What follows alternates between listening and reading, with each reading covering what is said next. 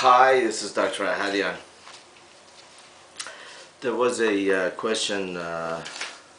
directed to me about a college graduate that was assigned to work with a adolescent who's been suffering from Asperger's syndrome and fetal alcohol syndrome and ADHD and the problems that has been going on with regard to dealing with this kind of a adolescent with these kind of problems. First of all, the fetal alcohol syndrome is a situation that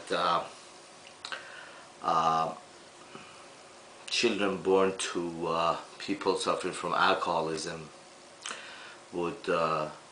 experience a shock with regard to the getting off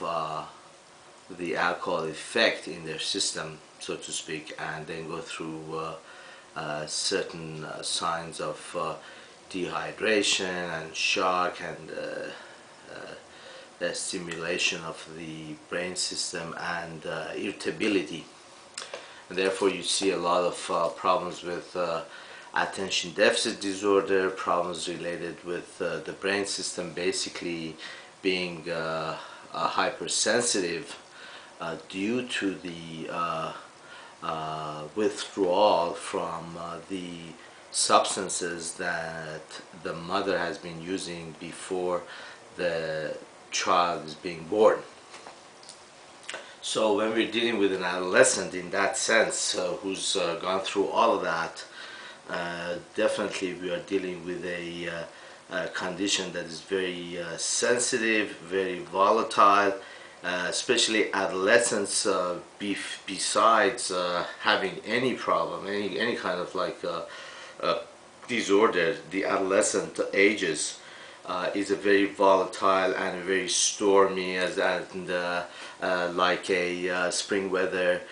changing all the time, cloudy and sunny and rainy. So it's a volatile times because of the changes, hormonal and the personality structure being shaped and getting to a point of the individual wanting to find him or herself in the relationship with the world, and therefore the volatility is there anyways normally with an adolescent kid, let alone with the ADHD and fetal alcohol problems and OCD and problems as such. So basically working with adolescents and having adolescents is a big job, and therefore it's difficult because one has to be able to be patient enough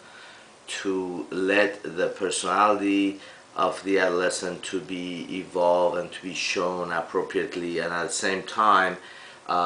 you want to have some limit setting and you want to have some control and teaching, which is very difficult at this age, and it's very important in order to especially as a therapist working with adolescents and a parent working with adolescent kids, to keep a relationship based on openness and being able to express each other appropriately, and an open relationship, so that there would not be a perception of suffocation and control, and therefore we would not have an acting out behavior. However, there is a special need for the fact that, one, we have to be a good role model for our adolescents in order to be able to set some rule and regulation. So if we are not on time and we are not consistent and we're not athletic and we're not truthful and open, we cannot begin to admonish and to criticize the adolescent with regard to the limit setting of what we expect them to be. So in a therapeutic sense, in dealing with an adolescent patient, in this case, you need to be very patient, you need to have a good sleep for yourself at night, you need to be very calm and cool and accepting and understanding, at the same time a strong in your ability to stand for your true beliefs and not becoming a finger pointer and threat to the adolescent in your relationship,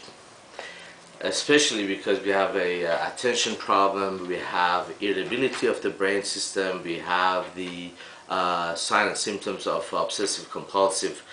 structure.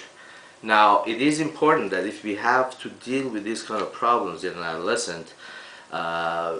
it is very helpful to use medication. The anti-attention deficit disorder medications as stimulants are very helpful in these cases, with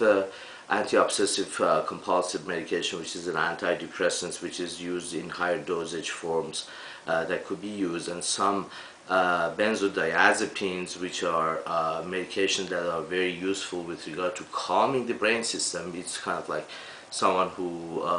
who's always, the brain is always like a person who comes off a night of drinking a lot of alcohol and having a bad day after that, very irritable with light and scent and sounds and everything like that. So those kind of medication could be very helpful, especially if you're dealing with the adolescent patient in a setting that is more structured in a unit, and if it's our kids, and then we need to really take care of the situation with treatment, psychotherapy, and psychiatric evaluation and medication. And good luck for all of us dealing with that. I hope I've answered the question somehow in a general manner, and hope to talk to you soon. Bye.